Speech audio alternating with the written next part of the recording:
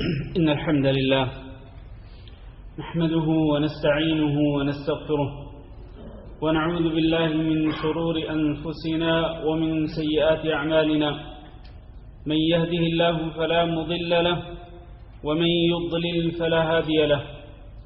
وأشهد أن لا إله إلا الله وحده لا شريك له وأشهد أن محمدا عبده ورسوله. اللهم صل على محمد وعلى آل محمد كما صليت على إبراهيم وعلى آل إبراهيم إنك حميد مجيد. اللهم بارك على محمد وعلى آل محمد كما باركت على إبراهيم وعلى آل إبراهيم إنك حميد مجيد. أما بعد، فإن خير الحديث كتاب الله وخير الهدي هدي محمد صلى الله عليه وسلم وشر الأمور محدثاتها وكل محدثة بدعة وكل بدعة ضلالة وكل ضلالة في النار. أعوذ بالله من الشيطان الرجيم. يا أيها الذين آمنوا اتقوا الله حق تقاته ولا تموتن إلا وأنتم مسلمون. يا أيها الناس اتقوا ربكم الذي خلقكم من نفس واحدة وخلق منها زوجها وبث منهما رجالا كثيرا ونساء واتقوا الله الذي تساءلون به والأرحام إن الله كان عليكم رقيبا. يا أيها الذين آمنوا اتقوا الله وقولوا قولا سديدا يصلح لكم أعمالكم ويغفر لكم ذنوبكم ومن يطع الله ورسوله فقد فاز فوزا عظيما. قابل صد احترام بزرگوں، دوستوں اور بھائیوں، ذوالقعدہ کے مہینے کے آخری ایام ہیں اور اس کے بعد ذوالحج کا مہینہ شروع ہونے والا ہے. ذوالقعدہ، ذوالحجہ اور محرم، یہ 3 مہینے ان 4 مہینوں میں سے ہیں جو حرمت والے مہینے کہلاتے ہیں، اور ان حرمت والے مہینوں، ان کا چوتھا مہینہ جو ہے وہ رجب ہے. اور ان 4 مہینوں کے متعلق اللہ رب العزت نے ارشاد فرمایا کہ فلا تظلموا فیہن انفسکم، کہ تم ان 4 حرمت والے مہینوں کے اندر اپنی جانوں پہ ظلم نہ کرنا. اور جانوں پر ظلم کرنے سے مراد اپنی جان پر گناہ کر کے ظلم کرنا ہے، کیونکہ جو شخص گناہ کرتا ہے اور وہ برائی کرتا ہے اور اللہ رب العزت کی نافرمانی کرتا ہے اور رسول اکرم صلی اللہ علیہ وسلم کی معصیت اور نافرمانی کا ارتکاب کرتا ہے، وہ خود اپنی ہی جان پر ظلم کرتا ہے. تو اس لیے ہمیں خصوصی طور پر ان مہینوں کے اندر، یہ ذوالقعدہ، پھر ذوالحجہ، پھر محرم اور پھر جب رجب آئے گا، خصوصی طور پر ان 4 مہینوں کے اندر ہمیں اپنی جانوں پر ظلم کرنے سے احتراز کرنا چاہیے، اجتناب کرنا چاہیے. اور دوسری بات یہ کہ ذوالحج کا مہینہ جو شروع ہونے والا ہے، اس کے جو پہلے 10 ایام ہیں وہ انتہائی اہمیت کے حامل ہیں، انتہائی اہمیت کے حامل ہیں. اور ان ایام کی اہمیت اس قدر زیادہ ہے کہ یہ ایام سال بھر کے دنوں کے اندر سب سے زیادہ افضلیت رکھتے ہیں. رسول اکرم صلی اللہ علیہ وسلم نے ارشاد فرمایا کہ افضل ایام الدنیا ایام العشر، یعنی 10 ذی الحجہ، کہ سال بھر کے دنوں میں سب سے زیادہ افضل دن کون سے دن ہیں؟ ذوالحج کے 10 دن ہیں. قیل ولا مثلہن فی سبیل اللہ، نبی صلی اللہ علیہ وسلم سے پوچھا گیا کہ کیا ان جیسے دن اگر اللہ کے راستے میں جہاد کرتے ہوئے گزارے جائیں تو کیا جہاد میں گزرے ہوئے دن بھی ان ایام کے برابر نہیں ہو سکتے؟ اور آپ جانتے ہیں کہ جہاد کتنا بڑا عمل ہے. فرمایا ولا مثلہن فی سبیل اللہ، جہاد میں گزرے ہوئے 10 دن جو ہیں وہ بھی ذوالحج کے پہلے 10 ایام کے برابر نہیں ہو سکتے. الا رجل عفر وجهه فی التراب، ہاں اگر ایک شخص اللہ کے راستے میں نکلا اور جا کے وہ شہید ہو گیا، اس نے اپنی جان بھی قربان کر دی، اور اپنا سب کچھ اللہ رب العزت کی رضا کے لیے قربان کر دیا تو اس کا مقام یقینی طور پر افضل ہوگا، بہتر ہوگا. ورنہ جہاد میں گزرے ہوئے 10 دن جو ہیں وہ ان ذوالحج کے پہلے ایام کے برابر نہیں ہو سکتے. اس سے آپ اہمیت کا اندازہ لگا سکتے ہیں کہ یہ آنے والے ایام کتنی زیادہ اہمیت رکھتے ہیں. اور ان ایام کی اہمیت کی وجہ سے اللہ رب العزت نے قرآن مجید کے اندر ان ایام کی باقاعدہ قسم کھائی ہے. فرمایا والفجر ولیال عشر، 10 راتوں کی قسم. حافظ ابن کثیر رحمہ اللہ نے اپنی تفسیر میں لکھا ہے کہ ان 10 راتوں سے مراد حقیقت میں 10 ایام ہیں، اور وہ 10 ایام ہیں ذوالحج کے پہلے 10 ایام.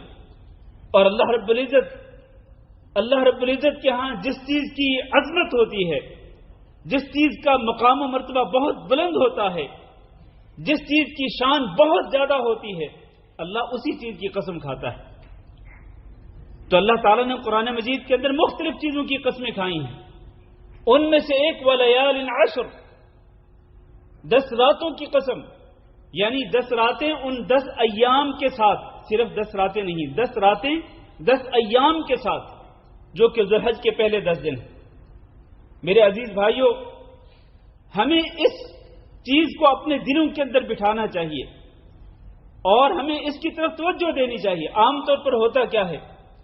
ہوتا یہ ہے کہ رمضان المبارک کے ایام کے اندر بڑا اچھا ماحول بنا ہوتا ہے، ایک روحانی ماحول ہوتا ہے.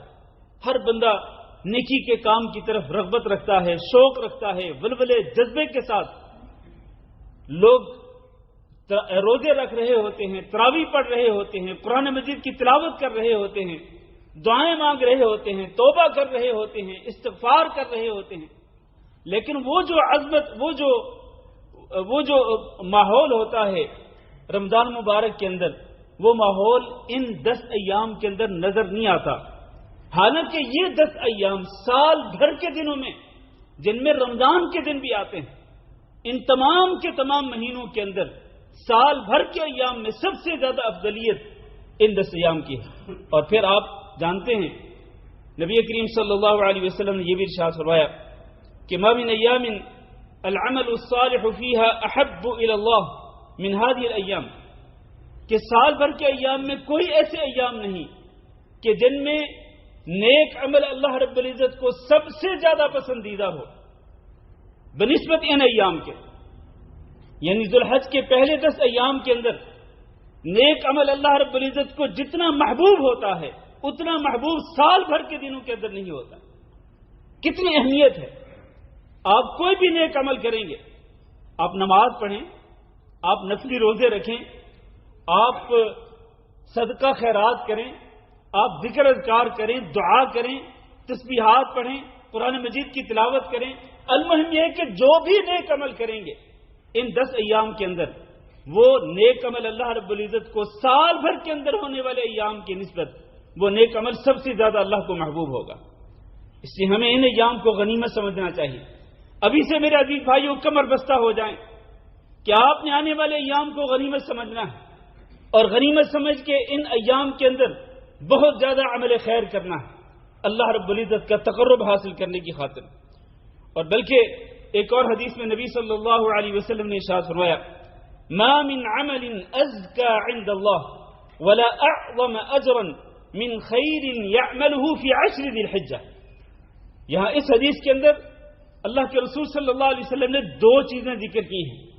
ایک یہ کہ ذوالحج کے پہلے 10 ایام کے اندر کوئی بھی نیک عمل، من خیر، کوئی بھی نیک عمل آپ کریں گے، عمل خیر، وہ عمل خیر جو ہے وہ اللہ رب العزت کو سب سے زیادہ، اللہ کے نزدیک وہ سب سے زیادہ پاکیزہ ہوگا. یہ پہلی فضیلت ہے. اور دوسرا ولا اعظم اجرا، اس نیک عمل کا اجر بھی سب سے زیادہ ہوگا، پاکیزہ بھی سب سے زیادہ، اور اس کا اجر بھی اللہ کے ہاں بہت زیادہ، سب سے زیادہ. پلس وہ بات جو میں نے پہلے کہی ہے کہ وہ عمل اللہ رب العزت کو سب سے زیادہ محبوب بھی ہوگا. گویا کہ 3 فضیلتیں ہیں. یہ اپنے ذہنوں میں بٹھا لیں میرے عزیز بھائیوں. پہلے 10 ایام کے اندر، ذوالحج کے پہلے 10 ایام کے اندر جو بھی عمل خیر کریں گے، اس کی پہلی فضیلت یہ ہے کہ وہ اللہ کو سب سے زیادہ محبوب ہوگا.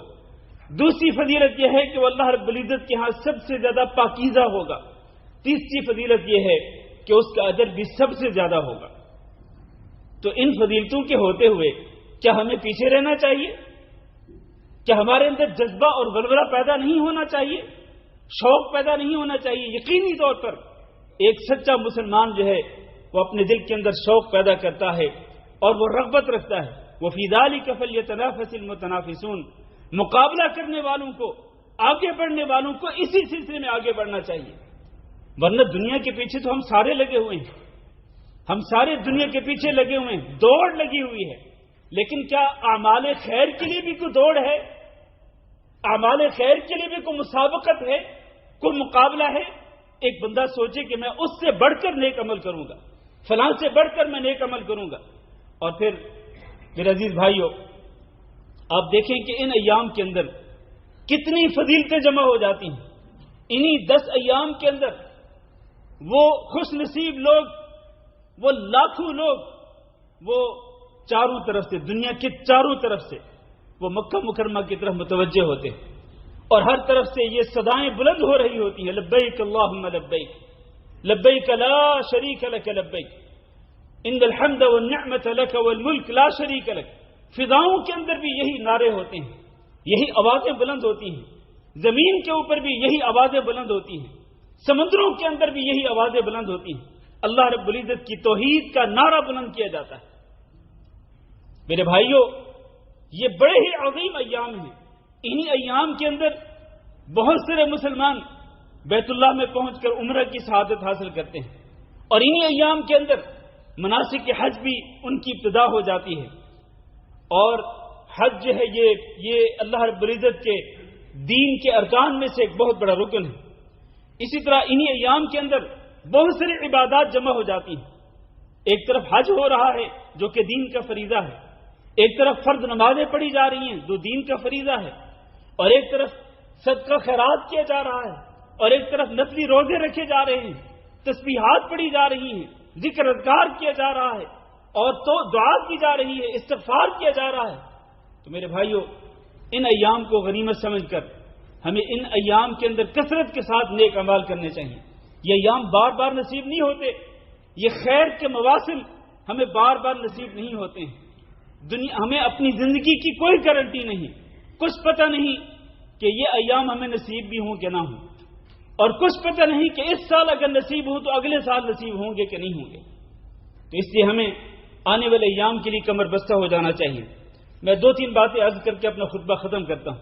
ایک تو یہ ہے کہ اللہ رب العزت کا تقرب حاصل کرنے کی خاطر سب سے زیادہ اللہ رب العزت کو جو محبوب اعمال ہوتے ہیں وہ اعمال ہیں جن کو اللہ رب العزت نے فرض کیا، اور ان فرائض میں سب سے پہلے 5 نمازیں ہیں۔ میرے بھائیوں، 5 نمازیں پابندی کے ساتھ پڑھنی، ویسے بھی سال بھر کے ایام میں 5 نمازیں پابندی کے ساتھ پڑھنی چاہیے، دین کا ستون ہے، اور دین کی عمارت قائم نہیں ہوتی ہے جب تک کہ آپ 5 نمازیں پابندی کے ساتھ نہ پڑھیں۔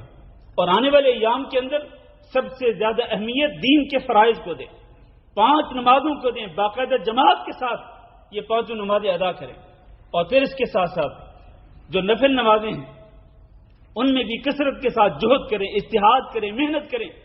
فرض نمازوں سے پہلے اور فرض نمازوں کے بعد کی جو سنتیں ہیں جن کی رکعات کی ٹوٹل تعداد جو ہے وہ 12 بنتی ہے۔ نبی صلی اللہ علیہ وسلم کے ارشاد گرامی ہے، جو دن اور رات میں 12 رکعات پڑھتا ہے فرض نمازوں کے علاوہ، اللہ رب العزت اس کے لیے جنت کے اندر ایک گھر بنا دیتا ہے۔ ان سنتوں کو پابندی کے ساتھ پڑھیں، صرف فرائض پہ اکتفا نہ کریں۔ اسی طرح نماز اشراق ہے جس کو نماز چاش بھی کہتے ہیں، نماز چاش بھی پابندی کے ساتھ پڑھیں کہ نماز چاش پڑھیں گے تو جسم کے اندر 360 جوڑوں کا صدقہ ادا ہو جاتا ہے، 360 جوڑوں کا صدقہ، اتنی بڑی فضیلت ہے نماز چاش کی۔ اسی طرح نماز قیام اللیل ہے جس کو نماز تہجد کہتے ہیں، آپ کچھ بھی نہ پڑھیں، کم از کم 2 رکعت کے لیے ہی بیدار ہوں، رات کی کسی بھی گھڑی کے اندر 2 رکعت پڑھیں، 4 رکعت پڑھیں، حسب توفیق، لیکن پڑھیں ضرور، اور اس کی جو خیر و برکت ہوگی وہ آپ کو اپنی زندگی میں نظر آئے گی۔ 5 نمازیں جو فرض ہیں وہ بھی، اور اسی طرح سے جو نفل نمازیں ہیں جن میں نماز تہجد جو ہے وہ بھی قابل ذکر ہے، ان نمازوں کو پابندی کے ساتھ پڑھنا چاہیے۔ اسی طرح نفلی روزے، نبی کریم صلی اللہ علیہ وسلم کی ایک زوجہ بیان کرتی ہیں کان رسول اللہ صلی اللہ علیہ وسلم یصوم 9 ذی الحجہ ویوم عاشوراء و3 ایام من کل شہر. نبی صلی اللہ علیہ وسلم ذو الحج کے پہلے 9 دن روزے رکھتے تھے، عاشورہ کے دن کا روزہ رکھتے تھے، اور ہر مہینے میں 3 دن کے روزے رکھتے تھے. یہ نبی صلی اللہ علیہ وسلم کا معمول تھا. ہمیں بھی حسب توفیق ان ایام کے اندر روزے رکھنے کی کوشش کرنی چاہیے. نبی صلی اللہ علیہ وسلم کا فرمان ہے کہ جو شخص ایک دن ما من احد یصوم یوما فی سبیل اللہ الا باعد اللہ بذلک اليوم باعدہ اللہ بذلک اليوم وجہہ من النار 70 خریفا. ایک دن کا روزہ رکھیں، اللہ رب العزت اس ایک روزے کے بدلے میں آپ کو 70 سال کی مسافت پر جہنم سے دور کر دے گا. ایک دن کا روزہ، اور خصوصاً جو یوم عرفہ کا روزہ آئے گا اس کے بارے میں ہم انشاءاللہ اگلے جمعہ کو گفتگو کریں گے. اسی طرح میرے عزیز بھائیوں، اللہ کا ذکر کثرت کے ساتھ کریں. نبی کریم صلی اللہ علیہ وسلم کا فرمان ہے فَأَكْثِرُوا فِيهِنَّ مِنَ التَّهْلِيلِ وَالتَّحْمِيدِ وَالتَّكْبِيرِ کہ آپ ان ایام کے اندر تسبیحات کثرت کے ساتھ پڑھیں. سبحان اللہ والحمد للہ ولا الہ الا اللہ واللہ اکبر ولا حول ولا قوة الا باللہ. یہ وہ نیکیاں ہیں جن کے بارے میں اللہ تعالیٰ نے قرآن مجید کے اندر ارشاد فرمایا کہ والباقیات الصالحات خیر عند ربک ثوابا وخیر املا. یہ وہ باقی رہنے والی نیکیاں ہیں. کیا ہیں؟ آپ ان تسبیحات کو کثرت کے ساتھ پڑھیں. یہ تسبیحات کا پڑھنا اللہ کے نزدیک بہتر ہے. کس اعتبار سے؟ انجام کے اعتبار سے اور امید کے اعتبار سے. ان تسبیحات کا پڑھنا اللہ کے نزدیک بہتر ہے. اور رسول اکرم صلی اللہ علیہ وسلم یہ ارشاد فرماتے تھے احب الکلام الی اللہ کہ اللہ رب العزت کے ہاں سب سے زیادہ محبوب کلام کیا ہے؟ وہ یہ 4 تسبیحات ہے، سبحان اللہ والحمد للہ ولا الہ الا اللہ واللہ اکبر. اور رسول اکرم صلی اللہ علیہ وسلم کا یہ بھی ارشاد گرامی ہے کہ انسان جب ان تسبیحات کو پڑھتا ہے تو اس کے گناہ اس طرح جھڑ جاتے ہیں اس کے جسم سے کہ جیسے خزاں کے موسم کے اندر ایک درخت کے پتے جھڑ جاتے ہیں، تو اس طرح سے انسان کے گناہ بھی جھڑ جاتے ہیں. ان تسبیحات کو کثرت کے ساتھ پڑھا کریں. میرے عزیز بھائیوں، کوئی خرچہ نہیں ہوتا تسبیحات پڑھنے کا. اللہ کا ذکر کثرت کے ساتھ کرنے پر کوئی پیسہ خرچ نہیں ہوتا ہے. مفت میں آپ مفت میں آپ اجر کما سکتے ہیں. مفت میں آپ بہت سارا ثواب کما سکتے ہیں. اپنی زبان کو اللہ رب العزت کی تسبیحات کے ساتھ اور اللہ کے ذکر کے ساتھ تر رکھیں. کوشش کریں کہ آپ کے آنے والے ایام کے اندر زیادہ تر آپ کی زبان جو ہے وہ اللہ کے ذکر کے ساتھ تر رہے.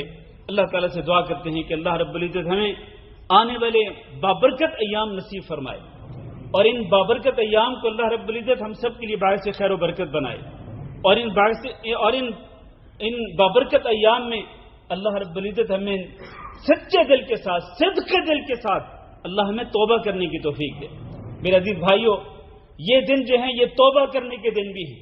یا ایھا الذین آمنوا توبوا الی اللہ توبۃ نصوحا عسى ربکم ان یکفر عنکم سیئاتکم ویدخلکم جنات. لوگوں، تم اللہ کی طرف رجوع کر لو، سچی توبہ کر لو. بہت قریب ہے کہ اللہ رب العزت تمہارے گناہوں کو معاف کر دے اور تمہیں ان جنات کے اندر داخل کر دے کہ جن کے نیچے نہریں جاری ہیں. تو توبہ کرنے کے ایام ہیں، اور ان ایام کے ذو الحج کے پہلے 10 ایام کے شروع ہونے سے پہلے اور پھر شروع ہونے کے بعد بھی بار بار ہمیں توبہ کرنی چاہیے اور اللہ رب العزت کا ذکر کرنا چاہیے، استغفار کرنا چاہیے. اللہ تعالیٰ سے دعا کرتے ہیں کہ اللہ ہماری توبہ کو قبول فرمائے اور آئندہ کے لیے اللہ رب العزت ہم سب کو گناہوں سے بچنے کی توفیق دے. استغفر اللہ لی ولکم ولسائر المسلمین فاستغفروہ انہ هو الغفور الرحیم.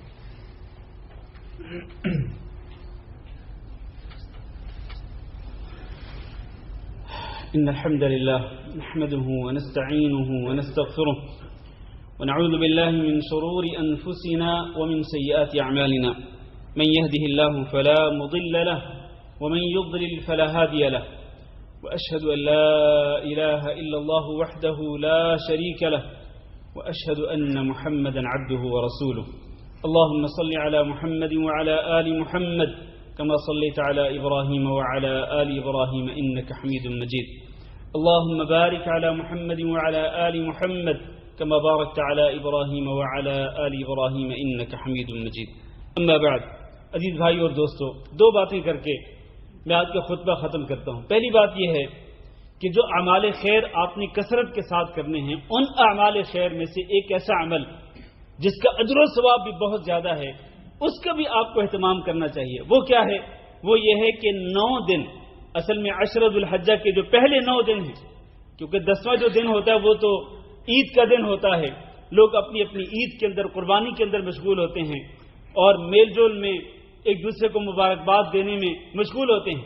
تو پہلے 9 دن کا آپ کا ایک پروگرام ہونا چاہیے، وہ یہ ہے کہ ان 9 دنوں کے اندر آپ نے کم از کم ایک مرتبہ پورا قرآن مجید ختم کرنا ہے، اور اس کے لیے کوئی مشکل نہیں میرے عزیز بھائیوں۔ آپ روزانہ اگر 3 سے 3.25 پارے اگر آپ روزانہ پڑھیں گے تو آپ یہ پورا قرآن مجید ختم کر سکتے ہیں۔ 3 سے 3.25 پارے روزانہ تلاوت کریں تو 9 دنوں کے اندر پورا قرآن مجید ختم کر سکتے ہیں۔ اور آپ کو پہلے میں نے بتایا تھا، اور آپ جانتے ہیں کہ قرآن مجید کے ایک ایک حرف پر 10 نیکیاں ملتی ہیں۔